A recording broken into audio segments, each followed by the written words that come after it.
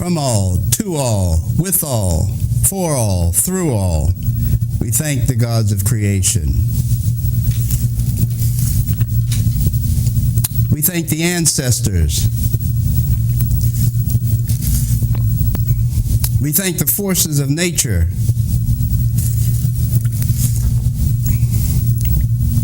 And we thank the earth. We thank them for their direction, their protection, their guidance, for keeping us, showing us, allowing us to know and enjoy life to its fullest, now and later. Black people who once loved with the slow march of time. Time was ours to hold in the soft, love-warm chambers of our hearts. And was we, the Afro mommies and daddies of a sun world, would turn our strands of hair into antennas to tune in the juju madness and syncopated love rhythms of Africa. And we loved with time, and we took the time to love, and with the right time we loved, and we loved time after time. Will we ever love again? Will we ever love again? Will we really ever love again? Or will we just sit and rot away with the brighter tomorrows in the skag field, rat-cluttered halls of our minds? Black people, what y'all gonna do? Black people, what y'all gonna do? Will the real black people please stand up?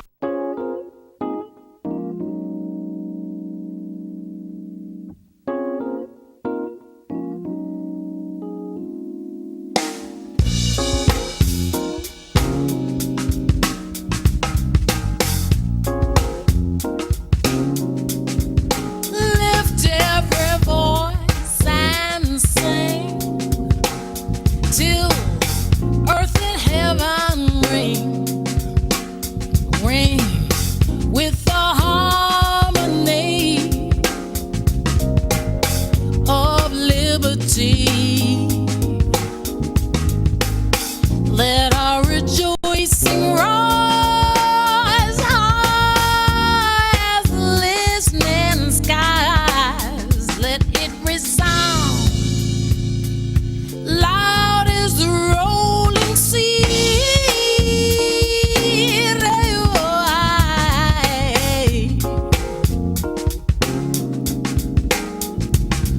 Sing a song full of the faith that the dark past has taught us.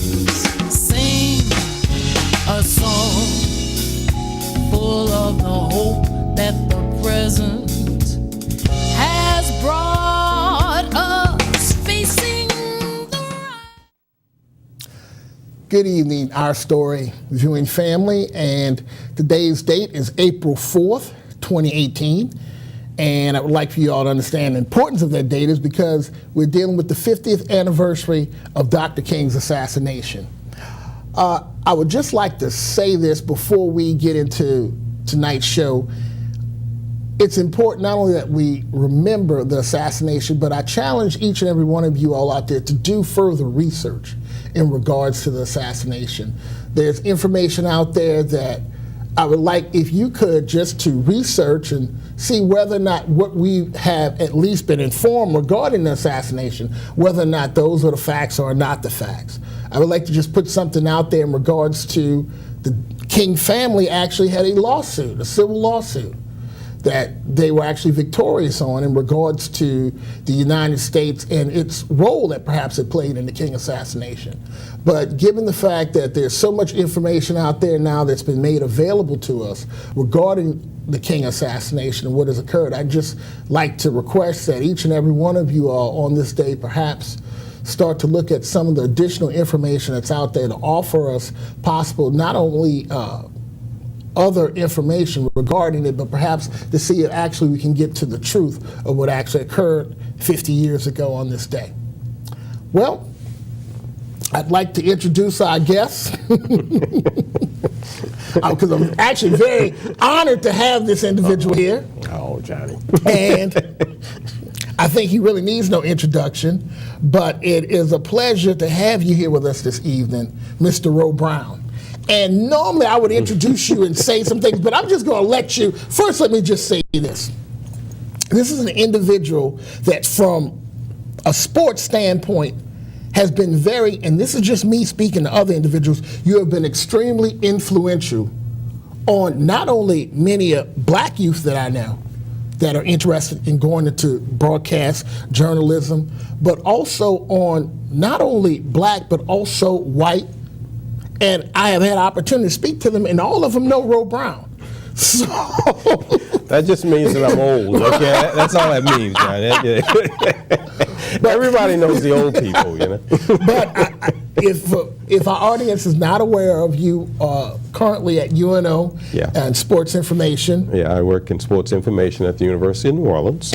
In the midst of a 5-game winning streak, the baseball team is. Thank you. And I also work as sports director at WBOK. Okay. And I do work, you mentioned Kenny Trahan, who's a classmate of mine at Loyola, who does a really good job with prep sports, and Ken Trahan's original prep football report during the prep football season, which is a lot of fun. And, you know, Crescent City Sports, and, you know, just try to do what I can do. You know? I'm just a sports journalist who, you know, was too dumb to do anything else, so that's what I did. Let me ask you this. You mentioned Loyola, and I know Loyola to me doesn't get the recognition. We always think, when we think sports journalism, we think Syracuse or Northwestern. Oh, yeah. But yeah, you do. You mentioned quite a few names that were at Loyola with you. Yeah, Loyola was known, or it's, well, I know it was known for its, you know, communications department. And one of the reasons why, after I got out of the Navy, spent 4 years in the Navy, came back and went to Loyola, you know. I went to SUNO for 2 years and went in the Navy and came back and went to Loyola, because at that time in the mid-'70s, the communications department, people said that it was really good, and that's what I wanted to do. So I came back and went to Loyola, or Loyola, as natives say sometimes. Right. Not Loyola, Loyola. And you know, I'm glad I did. The best teacher I ever had didn't go to college. And it was one of my teachers at Loyola. Okay. His name was Peter Kalischer. You familiar with that name? Yes. You know, he was a Paris bureau chief for CBS. Okay. He hired Ed Bradley at CBS, and he retired and came to Loyola to teach. And best teacher I ever had. Now, I didn't know he didn't go to college, but you know, it doesn't surprise me, because I think I also heard Garland Robinette didn't go to college as well. Yeah, well, you know, and I mean, well, in the case of Mr. Kalischer, you know, I mean, go to college to do what? You know, I mean, there was no communication; it just didn't exist then. You know, and but yeah, you know, from what I always understood, you know, didn't go to college. Okay. That's why he gave a party at his house one time. He lived up on South Galvez, and he invited some of us there. We got there and rang the doorbell, and Walter Cronkite answered the door. You know, and so, you know, people like Cronkite and Ed Bradley would come here all the time for Jazz and Heritage Festival and that sort of thing, and he'd come see Mr. Kalischer. But yeah, he's my favorite teacher. Okay. Now, let me ask you this then. If we can just go back, I don't like doing it, but maybe you don't mind going back to your youth. No. Is there some things that perhaps influenced you to say you want to get into sports, or did you always have an interest in sports, or? Peter and Thelma Brown. Okay. All right. My parents. Right. Okay. You know, I had incredible parents. Okay. And, you know, my biological parents, and also I had just hundreds and hundreds of parents in the lower Ninth Ward. Okay. I had people that I thought just took care of me, even when I was too dumb to realize it. Okay, you know, and because you're a child and you don't think about it. But I always tell people I had a perfect childhood in the lower Ninth Ward. You know, I lived in Mayberry. Right. You know, really, I mean, it was really, you know, was a sense of family and community. That I mean, closeness. And I didn't think about it then, but I did. And a lot of people, I've always, you know, made it a point to tell a lot of those people are gone now, because, you know, it's, you know, I mean, I'm 66, so it's talking about our parents. Most of them would be 90, 100 years old, a lot of them. But I always made it a point to tell those people thank you. because all those people had, whatever I did, they had something to do with it, as far as I was concerned. You know, I mean, I had parents who, I just had really intelligent, unique parents that everybody in the neighborhood seemed to like. And they, you know, my sisters, we kind of marvel sometimes about why they knew certain things. You know, I always give this, I never forget, it was 1960, and I can remember my father saying, you know, they got satellites flying around out there. They're shooting them up in the air right now. I don't see why you can't watch something like Wimbledon on television. It's true. He really, in 1960, I will never forget, because my sisters talk about that all the time, because they think about him whenever Wimbledon rolls around, you know. And we're sitting there going, what is he talking about? You know? But he said, you know, people think tennis is a sissy game. One day, everybody in this country is going to want to play tennis. And this was long before the tennis boom, you know, and it all came to pass. So he would just sit there, really, he would just talk to me and tell me things, okay, you know, and ask me questions and make me angry that I couldn't answer it, and I'd go look it up. Oh, see, now that's important. Right, yeah, that's a big difference, you know, yeah. He would laugh at me, you know, he knew that there was no way I could know it, you know, but he would laugh at me, and, you know, I mean, he would do that. He'd do that sometimes for hours. Now, did your father play tennis? No. Okay. Right. No. But he just enjoyed the game. He enjoyed the game, and he knew about, you know, Bill Tilden and all the great players, and Fred Perry, and, you know, he just knew about all these people, because as a child he, you know, just followed sports, and he was the same way about history, you know. So my elder sister, or eldest, I should say, I'm the middle of 5, you know, she has a doctorate in American Studies from Emory. Okay. The sister before me, my father and my mother could also do things like listen to a big band and tell you who that big band is, because that trumpet solo is such and such, and he played, you know, they were those kind of people. You know, my dad could sit there and tell you a story of Wagner's Die Minstrelsinger, opera, you know, and so I had a sister who went to Xavier and was going to be a great operatic singer. You know, she's deceased now, and you know, they just told us a lot of things.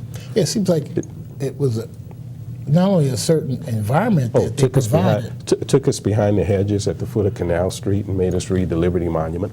Okay. So, yeah. I mean, this is when we were children. Right. We were children. So it seemed, it was very important. So I knew what it is. So I knew what was on it. Yeah, what was on it. Yeah.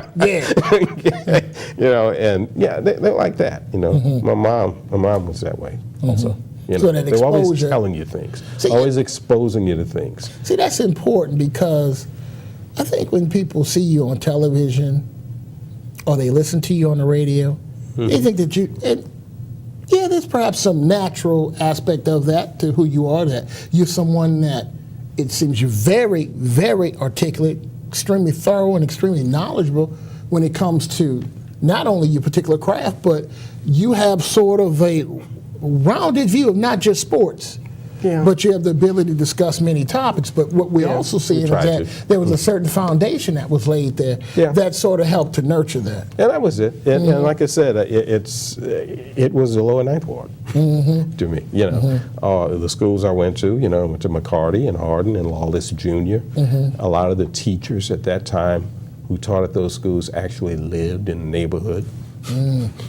You know, I mean, that's a big difference. They knew your parents knew them. They, you know, you saw them all the time, and you know, it's why, you know, the last 3 years that I worked at Channel 6, I covered education. I didn't cover sports. You didn't know that, did you? Yeah, I didn't know that. I was the first education reporter. Education reporter, right. I didn't know that. In the market, yeah. Yeah, but it just goes along with what I'm saying. Yeah. And it wasn't because I didn't want to cover sports. You know, I mean, you know, that's what I was. But I opened my big mouth to the new general manager, and who was trying to find out what kind of things they should do at Channel 6, you know, because he was new to the market. And he gathered all the anchors, and he took us to lunch, excuse me. And the only thing that I said was, I think that the biggest problem is public education. Okay. You probably need somebody covering education full time. And about 2 weeks later, he called me up to his office and he said, you know, all the boardrooms I've gone into since that meeting, they've all said the biggest problem here is public education. He said, so I started to wonder, why did my sports guys say that? Why didn't any of my news people say that? And he said, and I found out why. He put this computer printout in front of me and he said, you know what this is?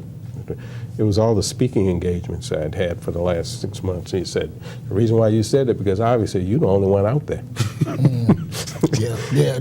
And so he said, so before I hire somebody from Buffalo or somewhere, everybody tells me you're the best person to do it. I said, no, you do need somebody, but I'm not it. I'm a sports guy. And he said, well, you know, great, you know, but I'll give you a week to think about it. You know, if you want to stay in sports, fine. But he said, you know, I'd like to do it. So I thought about it for a week and figured, what the heck? You know, I mean, you know, I asked for some things, should have asked for more money. They did give me a little more money, but, you know, I mean, I asked for my own photographer, because I had somebody in mind who I knew that education was important to him, Arnold Bourgeois, great cameraman who'd been there for years and years. And I had unlimited time for my stories, almost. I see. Yeah. Okay. Yeah. Once you got involved in that. Once I got, you know, if I wanted to do a 3-minute story, you know, they let me do it because they knew that it came from the guy upstairs who said, you know, whatever he wanted to do. And a lot of those stories took 3 minutes to tell. You couldn't do a lot of them in a minute, 20 seconds. Correct. Yes. You know? So we did stories on things that, you know, people asked me, why are you doing stories on something like that? That'll never happen here. One of my first stories was, what is a charter school? You definitely ahead of your time. Yeah, that was forecast. That was 1998. Well, it was easy because the people who were behind the supposed education reform, you know, were very open with me. You know, they told me stuff on camera. They told me exactly what they were going to do. And this was with the plan. And so I did the stories, you know, and I went to Texas, to Houston. You know, George W. Bush was the governor, and he had already done this stuff. So I went over and talked to Rod Page, who was the Secretary of Education when Bush became president. You know, he was head of the Houston Independent School District, and I went over and talked to people there, and they told us, you know, about the testing, and the whole thing was wrapped. So I mean, it wasn't like I had to search for it. Right. You know? Right. It was right and there. People just kind of went, I said, okay. But yeah. We are going to open the phone lines. You can contact us at 483-3336 or 251-2201. The number is up on the screen. Do we have a caller on the line? Brother John, it's Carl Kalman. How you doing today? How you doing, Brother Carl Galman? It's always great to hear you. Yeah, reason I'm calling you, when you opened the show, you spoke about the 50th commemoration of Dr. King's assassination. But something that Dr. King was involved in, and you would never hear a black reporter or white reporter talk about this.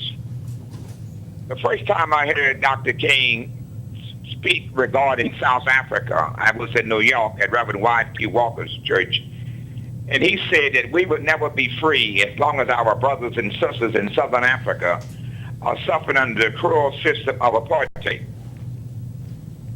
And during the 90s, after Mandela became president, that was my first visit to South Africa. And I went to the ANC headquarters there on Spring Street in South Johannesburg, South Africa. There's a number of letters that Dr. King had written to Nelson Mandela before he went to prison at Robben Island.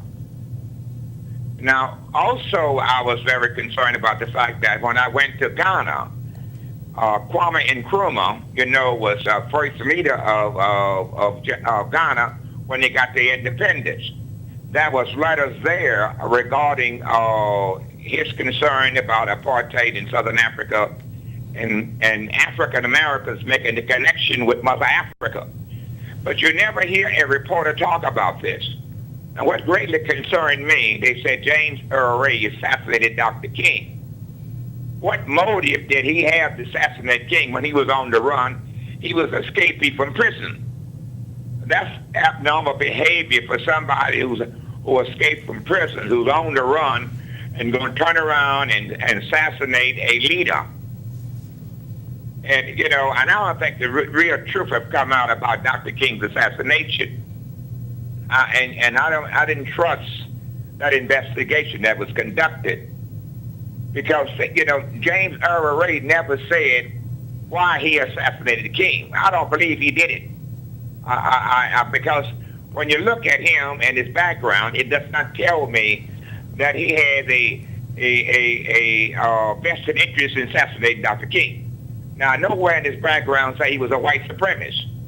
So I would like for you to elaborate on that, Brother Johnny, and also your good friend there, Roy Brown, someone I've been knowing for a long time. Hey. So he's the only serious sportscaster I know in this city. Hey, Johnny. You know, the guy on the phone there. You know, in 1959, Booker T. Washington won the state baseball title, high school title, and one of their pitchers was Carl Galman. Now you give us Yep, it was Carl Galman. You know, we're talking about Dr. King's assassination, this being the 50th anniversary. Don Newcomb, another great pitcher, you know, Brooklyn Dodgers and all, he once told me that when the first time he met Dr. King, said he was taken aback because Dr. King told him, "Thank you." And he said, "You know, what do you mean, thank you? You know, I should be telling you thank you." Right. And he said, Dr. King told him, "No, because you and Jackie and Roy Campanella made it a little easier for me." Yes. You know, and Mr. Newcomb told me that just blew him away. You know, he couldn't. You know. Right. I mean, yeah. I don't even know if our viewers know, as we mentioned, Newcomb first black Cy Young, correct? Yeah, that's right. He was the first Cy Young Award winner because that was the first year that they handed out the Mm-hmm. He is a good trivia question, okay? Mm-hmm. Can we put this on people? Mr. Newcomb is the only person to win the Cy Young Award, Rookie of the Year, and Most Valuable Player. I didn't know that. Okay, he was Rookie of the Year his first season in 1959, and he was MVP in 1956. In 56, okay. He was 27-7 that year, and he was MVP and Cy Young Award winner. Now, I'm just going to ask you, and we don't really get a good comparison given his age when he entered into the majors, but if you were to put Newcomb up against Satchel Paige. Mr. Newcomb was a big, he's still a big, imposing looking guy, even at 90, in his 90s. He used to come here for Mardi Gras all the time, quite frequently. And I used to get him behind the barricades, the Channel 6 barricades on Canal Street. And just then, and this is about 20 years ago, and even then, I mean, at his age, people would see him and they'd just go, "Who is that man?" He was just an imposing looking, real distinguished looking guy. But wow, Satchel Paige and Don Newcomb, there wouldn't be any runs scored that day. Right. I can tell you that.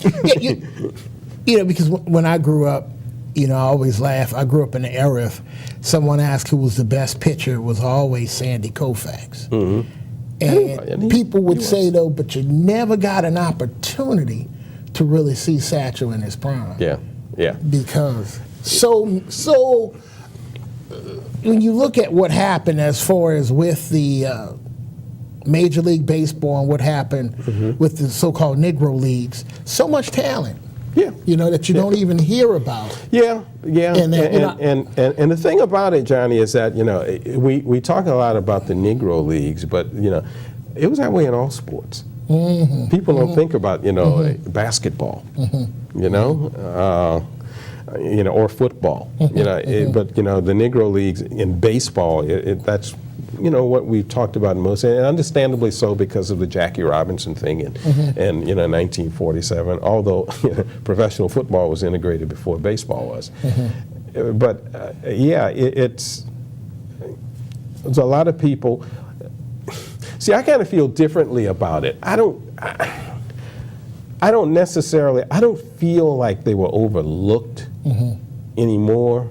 You know, I mean, I don't, a lot of people think that they needed validation by, let's say, white media or white newspapers in order to feel that they were great. And these people were great anyway, to me. Okay, you know, I mean, that's how I always feel about it. Buck O'Neill always said, you know, that no, I wasn't born too soon. I was born right on time. That's how he always felt. And, you know, and I understand. I mean, I'd like to have seen, you know, these people play Major League Baseball against, you know, a Babe Ruth or a Lou Gehrig, so on and so forth. And you know, a lot of times we tend to, you know, kind of deride those people, say, well, they weren't that good because they didn't play against such and such. Well, I mean, when people are good, they're good, okay? And you know, there's just some people, you know, who are probably, we think were great, who probably weren't that great, you know, when you stop and look at it. But, you know, there were some people who would do it in any era. Correct, yeah. Okay, it didn't matter. There's some people who would have been, you know, and we can pretty much figure out who those people were. You know, you can. It's not hard. It's not hard to look at it and see. You know? Yeah, because I'm of the opinion Barry Bonds, regardless of whatever controversy there is regarding performance enhancement. Yeah, you know. He's someone, to me, clearly. People like him, you know, that's why, you know, I mean, obviously they did something, but people like him and Alex Rodriguez, you know, they didn't need to do that. Right, right, exactly. I mean, they really didn't, okay? I mean, they didn't need to do it. And, you know, but, you know, I heard Willie Mays one day, they asked him, they said, well, if they were, you know, performance-enhancing drugs when you were around, would you use? He said, well, probably, yeah, you know, I think I probably would have. But, you know, speaking of somebody else who didn't need it. But you're talking about arguably, that's another one, the greatest baseball player ever. Yeah. When they say Willie Mays, I think so. I would say arguably the greatest baseball player ever. I think so. I think so. And, you know, I mean, and I grew up, you know, unusually for that time, a Yankee fan. I was a big Mickey Mantle person, but I knew that, you know, here's my father, Peter Brown again. Thought he was crazy. He said, if anybody breaks Babe Ruth's record, it's going to be Hank Aaron. I'm going, Hank Aaron? You know, and at that particular time, you know, Mays had more home runs than anybody. But he played in Candlestick, you know, playing in San Francisco with that wind blowing. But my point is, you know, and at the time, you know, Hank Aaron may have had about 300 home runs or something. I'm going, Hank Aaron, you know, I mean, great player, and I love him, but, you know, now he won't be the one. And Dad said, no, it's going to be him. It's going to be Hank Aaron. It's going to be him because he plays every day, he takes care of his body, you know, when his bat slows down, he's going to be good for extra home runs on his wrist alone, and lo and behold, Peter Brown was right again. Well, I'm glad you're mentioning that because, and I just brought some books because viewers always want a bibliography, and these are actually two of my favorite authors. One, of course, is of course Bill Rhoden. Yeah. And, terrific writer. And did another most of his stuff in New York Times. Morgan State guy. That's played right. football at Morgan State. And $40 Million Slaves. That's terrific right. book. That's right. The whole works. Did an article this week on Ward Manuel. Do you know Ward? Yes. Manuel? The athletic director at the University of Michigan. University of Michigan. Brother Martin guy. Played at Michigan and all. Books. I do a lot of reading, and I've done a lot of reading. And you know, do you know Keith Ferdinand? Yes. Dr. Ferdinand. When we were children, we were good friends, still good friends. I mean, we won't see them, but we got on the Galvez bus every day in the lower Ninth Ward, or walked all the way up to the St. Claude bus, and went to the main branch of the public library every Saturday morning. Yeah. You know, right. Something that you really don't see anymore. Yeah. But that was your entertainment Saturday morning then. And come back in time to play baseball or watch a baseball game, whatever. But yeah, we used to do that. But Keith's brilliant. I was just along for the ride. I want to ask you this then, because you mentioned your foundation and dealing with your parents and what they instilled in you. What's your personal opinion as far as looking back at the so-called history of the black athlete? And especially since we're, you know, sort of on the anniversary of the assassination of Dr. King, if you look at the evolution of the black athlete, What perhaps has been the black athlete's role, in your opinion, as far as political activism, and whether or not they should actually have a role? The black athlete's role in political activism has always been major. You know, obviously, when people think about 1947 and Jackie Robinson, that, you know, that was a watershed thing where you got a chance to see an African American compete against, you know, white people and compete well, and in a lot of it opened up doors in other fields. Jack Johnson was important. You know, I mean, sports, you know, sports always seemed to be the thing that was used to break down barriers. Not the only thing, but it's good that sports was used, because, you know, it's competition. I mean, you know, it's just there are no ambiguities. Either you can do it or you can't. Do you think and you're there in front of everybody trying to do it. And the problem comes in with athletes who don't realize that it's not just about them. Okay? I had, you know, for me, for what I did, you know, I realized that, you know, to a lot of little old black people in New Orleans, it was a big deal to them, and I was on television talking. Okay, you know, it may not have been, but to them that was a big deal, and they let me know that. You know, people that I didn't even know, okay, would walk up to you and they tell you. Because they tell you, just your image. I am so proud of you. You know, so, and you realize that, you know, this isn't just about you. You know, and unfortunately, a lot of black athletes didn't get that message, you know, that this is not just about you, that, you know, I felt like when I went to work, you know, I was far and away, I wasn't the best person at what I did, to me. You know, I really wasn't. But I knew that every day I had to go to work and do the best that I could for people who were a lot better at this than I was, who didn't get the chance to do this.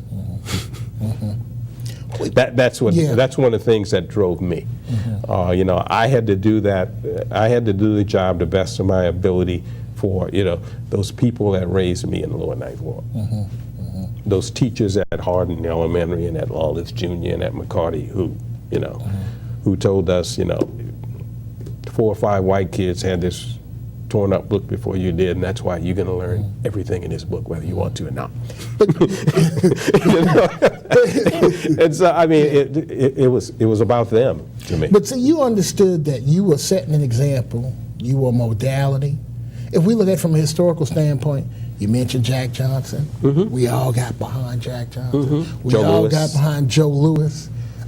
You know, we all got behind Jesse Owens, Muhammad Ali, you know, Jackie Robinson. You know, some people that you know that people don't think about. You know, in college football. You know, be it Paul Robeson, at Rutgers, Fritz Pollard, you know, at Brown. You know, Kenny Washington and Woody Strode at UCLA. You know, and people don't think about, you know, football and basketball and other sports and that sort of thing, but all those sports had those people, had those kind of people. I can remember the Super Bowl. Doug Williams, Washington Redskins. You know, we'll take the name out the Redskins, but Washington against Denver. Yeah. And it seemed as if, remember when Doug Williams went down? Yeah. And you could almost hear the entire black community across the nation gasp. Yeah. But then, you understand, when he returned back, you understand what I'm saying? You know, and it was a thing, and I love Doug, you know, and know Doug really well, you know. No, Doug isn't necessarily a Hall of Fame quarterback in his career, you know, but that was an important day. You know, that was an important performance. Yes, definitely. And it'll always be important. Now, some people say that alone should, you know, get him into the Hall of Fame. Maybe not. But, you know, that was important. And, you know, it opened some doors, I'll say. Because there's still some people who don't think that, African Americans. Correct. You're seeing it now with the young fella out of Louisville, who's a Heisman Trophy winner. But, and they may be right. Maybe he isn't. I don't know. Maybe he isn't. But I don't see any reason why you can't find out. Right. You should be given the opportunity. I felt the same way about Johnny Manziel. Correct. Maybe he isn't.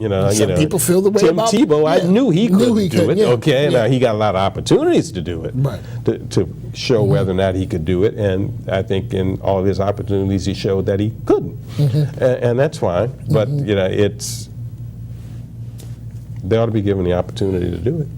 Well, when you look at with the so-called black athlete, let's just take, for example. Some always love to sort of compare and contrast Michael Jordan and LeBron. And one of the biggest things they will bring up now is, well, LeBron is more active, more politically aware than Michael Jordan. Yeah, okay, I'll admit I'm one of those. Okay. We talk about this a lot on, sometimes on my radio show, it always comes up. I just think it's interesting that most people have decided there was no one better than Michael Jordan before him. There was no one better during his time, and there'll never be anyone better than Michael Jordan. And I just, I think it's, we're at a point now where Michael Jordan never committed a turnover. He never lost a game. He won the NBA championship every year. And if you say something about Michael Jordan, it's like you said something about their mother. And I think Michael Jordan was a great player. I do, for me, the greatest player of all time in basketball was Kareem Abdul-Jabbar. Yeah, but that's he had that's just the me. ultimate weapon, the skyhook. 30 years almost since he played his last game, he's still the all-time leading scorer. Never shot a three. He didn't have to fabricate a story about his high school career. You knew that this was the person when he was at Power Memorial.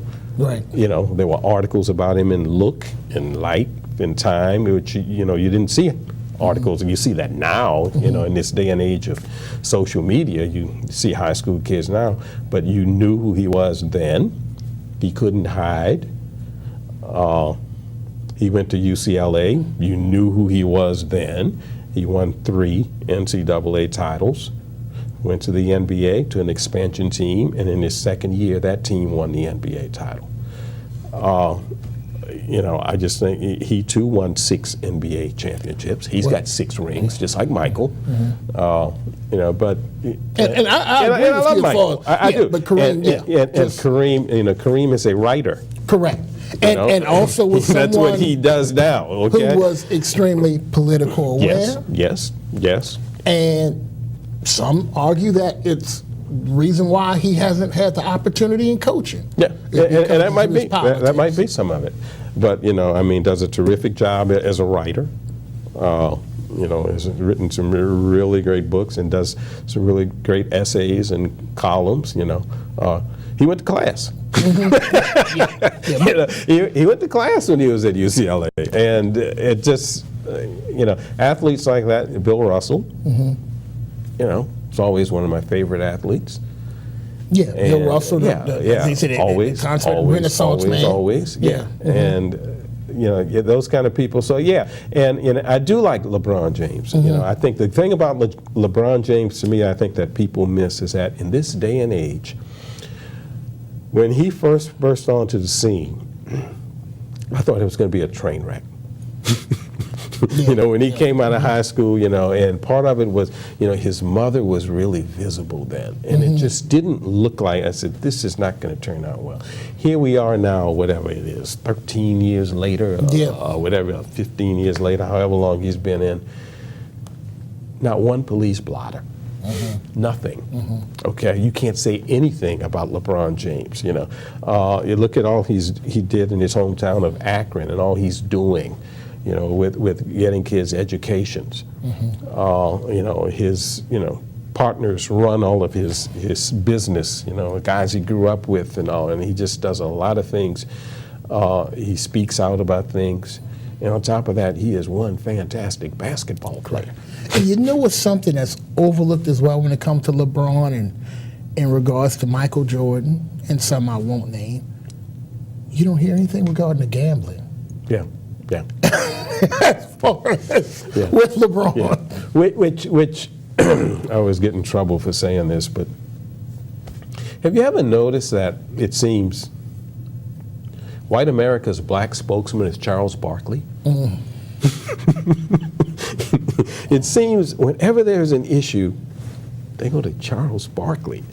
I like Charles Barkley, okay, but right, I've heard some compare. Why don't y'all go to Kareem? Right, exactly. Charles Barkley. But we've got. And I like Charles. I really do. I think he's funny on television and all, and he was a terrific player, and so he knows, he knows the game, but I don't have a problem with Charles in that regard.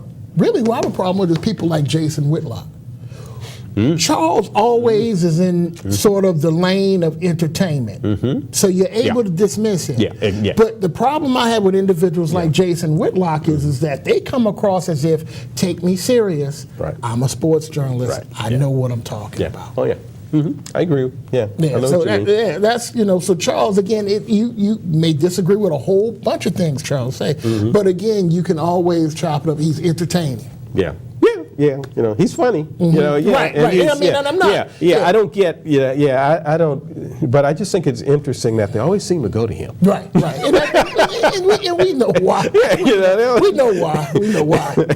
But as you mentioned the athletes, as we think about, you mentioned Kareem, and I'm just going to ask you this: was it the times? Because you think about Kareem, you think about the Olympics and Tommy Smith, and John Carlos, and all that was going on. Where even when they show you pictures of O.J. Simpson, he was someone at the time very politically aware.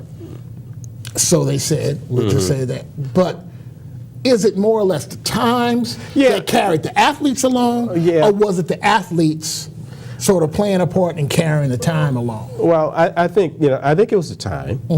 I think it was the time, and I think that those athletes, they really couldn't get away from it. They really couldn't. Some were more vocal than others. Why would Bill Russell go to Mississippi during Freedom Summer? For what? Because he wanted to go. Okay, why would Muhammad Ali take the stand that he took? Because it's really, how he felt. It's really what he believed. And, I really think that, to be perfectly honest, and people think I really do like the guy, but we got a generation of athletes who took the commercial literally. They wanted to be like Mike. And if you were going to be like Mike, you ignored that kind of stuff. That was part of being like Mike. Okay, correct. That was just it. That was part of being like Mike. You can't deal with that. Well, you bring up a good point. As we look at, because I'm at a point in my life. It's 2018. I've seen champion black tennis players, golfers. We at a point now, Olympic swimmers, gymnastics, sports that... Speed skaters. Right, speed skaters. We've got hockey players. Yeah, more than people know. But yet we're at this point still with Colin Kaepernick, NFL players taking a knee. In the case of Bennett, NFL players, some say being targeted. What's next for the black athlete? Well,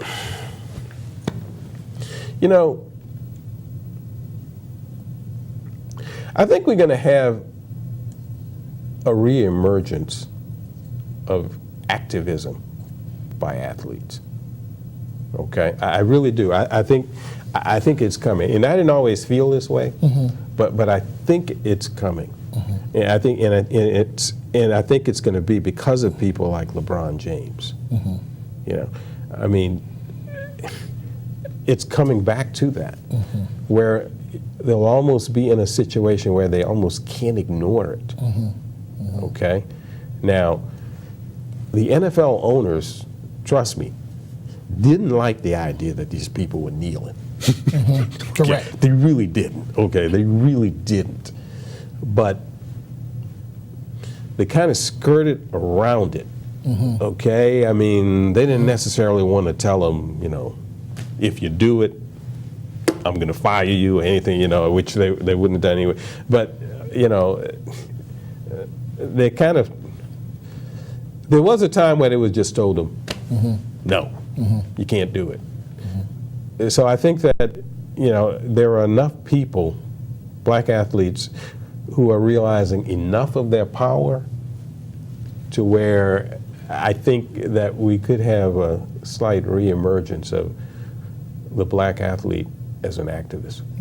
Now you brought up owners, and to me, I can remember we were all thinking it was monumental when Tony Dungy went up against Mike Tomlinson in the Super Bowl. But the thought all of us all had was, actually, it was Lovie Smith. Correct, Lovie Smith. I'm sorry, Lovie Smith. But I'm thinking about the winners. Thank you. Right. Dungy went against Lovie Smith. Dungy won. Then Mike Tomlinson won. But the thought was, what about ownership? Yeah. When are we going to get into a position? I remember there was a time with the Arizona Cardinals, we had a gentleman who had essentially come close to purchasing the Cardinals, but it fell through, given the NFL rules regarding how much, I guess, liquid assets you're supposed to have on hand. But it's a club. It's a club of 32 people. I mean, it is. Especially at a time when we're just getting out of the NFL meetings, and I was watching Gail Benson, at the meetings in Florida, and I began to think, now how would it be to see someone black walking around at the meetings, especially with some of these issues that's on the table? Yeah. It's a club, okay, of 32 people who have pretty much been able to do what they want to do. It's almost a too big to fail thing. Trust me, the demonstrations, the kneeling during the anthem, it hurt them a little bit, but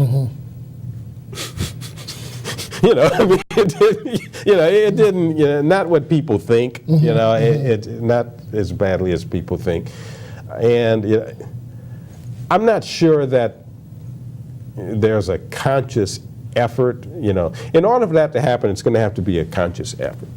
Just like the head coaching thing, and the coaching thing was a conscious effort. People don't realize that the National Football League has been working to get black coaches for over 30 years. Well, is that how long the Rooney Rule has been in place? So no, I'm talking before the Rooney Rule. Okay. I'm talking way before the Rooney Rule. Okay. Where somebody, recognized, just like anything else. Well, these white coaches and these white owners and these white general managers, they don't know any black coaches. Okay, because it's a club. So you got to do things like the internship program, where they would take coaches, mostly from HBCUs, and they'd spend the entire training camps with teams, and actually be there with the coaches and all. And it was a way to introduce themselves and to learn things and to pick up things and to exchange ideas and the whole works. And people, and that was a big thing, I mean, when you'd go there and see them.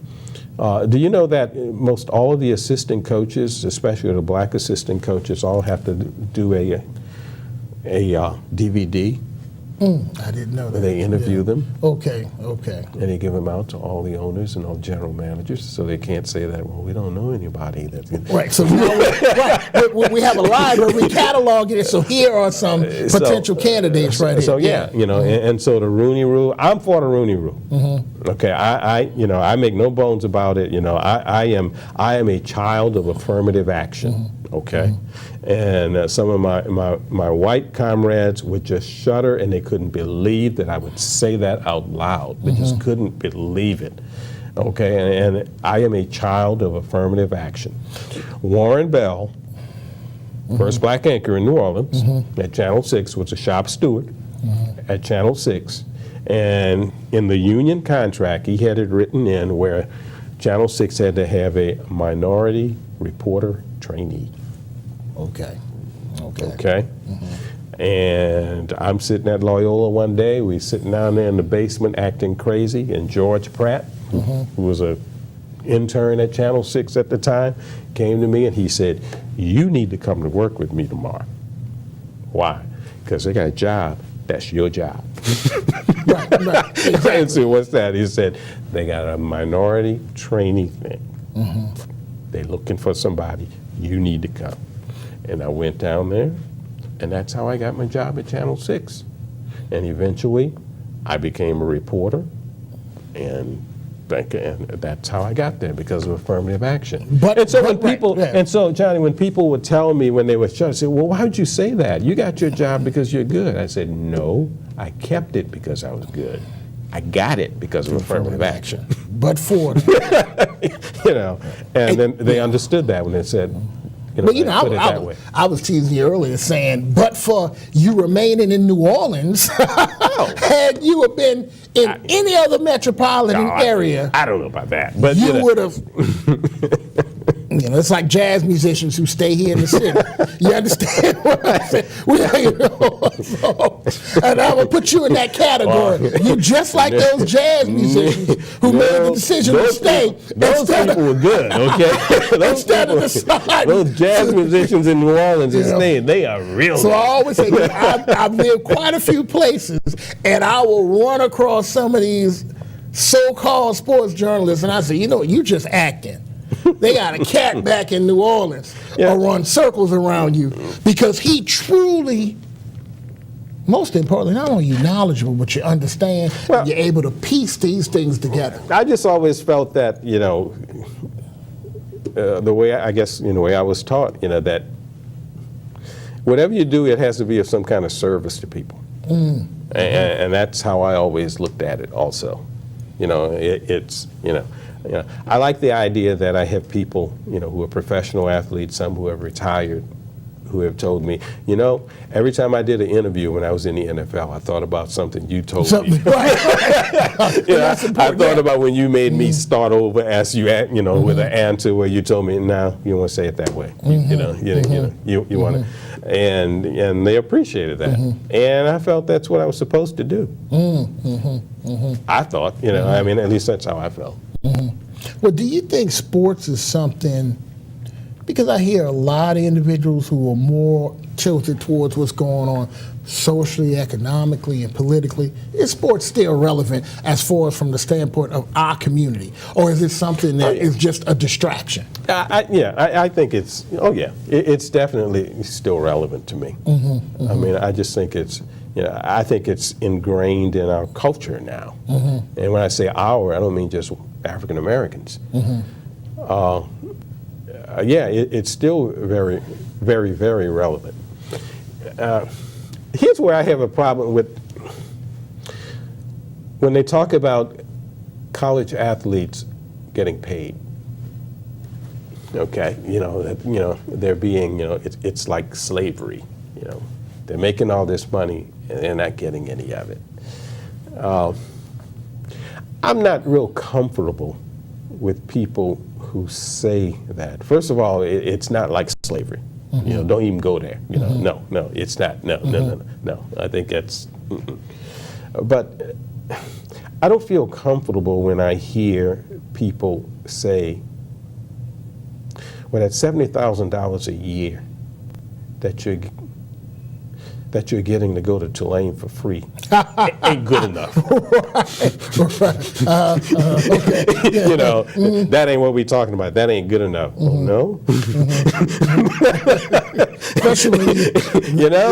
Or whatever it costs you to go to Notre Dame, especially when the Alabama, population now is so burdened with student loan debt. I don't feel really comfortable bringing up the money saying issue. That about African American males, saying that this. Because I struggle with that. You had the situation with the players from Northwestern, and they lost and attempt to union. And with the money going around and what you see going on with the amateur athlete, well, let me just get this out here. With so much money going around, how many athletes have you ever heard say, "You know what, we're getting this money thanks to Kurt Flood"? Yeah. Well, they'll know who he was. Right. Yeah, that, you know, but yeah, I mean, I don't feel comfortable. That, yeah, I don't know. It just doesn't feel right hearing us saying that about African American males, where this free education ain't enough. That's a topic. We're gonna have to bring you back to get back into that topic. We're gonna have to bring you back. And believe me, it's not that many African American males when you look at the grand scheme of things. It's not a lot of people. You know, where I get, you know, you see, I'm not excited that, you know, all the schools in the SEC have 11 black starters on defense. To me, okay, you know, because I know that your law school and your engineering school and your medical school could look the same way. That's right. They could look, if you went after those, they could look the same way. Well, you know, we almost out of town. It's really been a pleasure having you here. Thank you. Hey, give our audience your contact information or where they can, if you have an email or something. Romalis Brown, my real name, ROMALICE BROWN, the number 1 at yahoo.com. And we know we can catch you on WBOK. On WBOK, I have a show called Sport Facts on Fridays at 1 p.m. Okay, all right. Well, we really appreciate it. It was a pleasure having you. My pleasure. Yeah, my pleasure. Really, yeah. Well, I went by fast. Yeah, a lot of stuff we could have talked about. Exactly. Go research Dr. King's assassination so you can get the facts. Yeah. Go get the facts about what really happened. Making moves with the music we've been blessed with. We use it to keep communities connected. Through harmonies, a harmony is collected. Reaping the fruits our foremothers invested. Lift every voice till freedom has manifested. Come on, yeah, lift every voice till freedom has manifested. Come on, listen, lift every voice till freedom has manifested.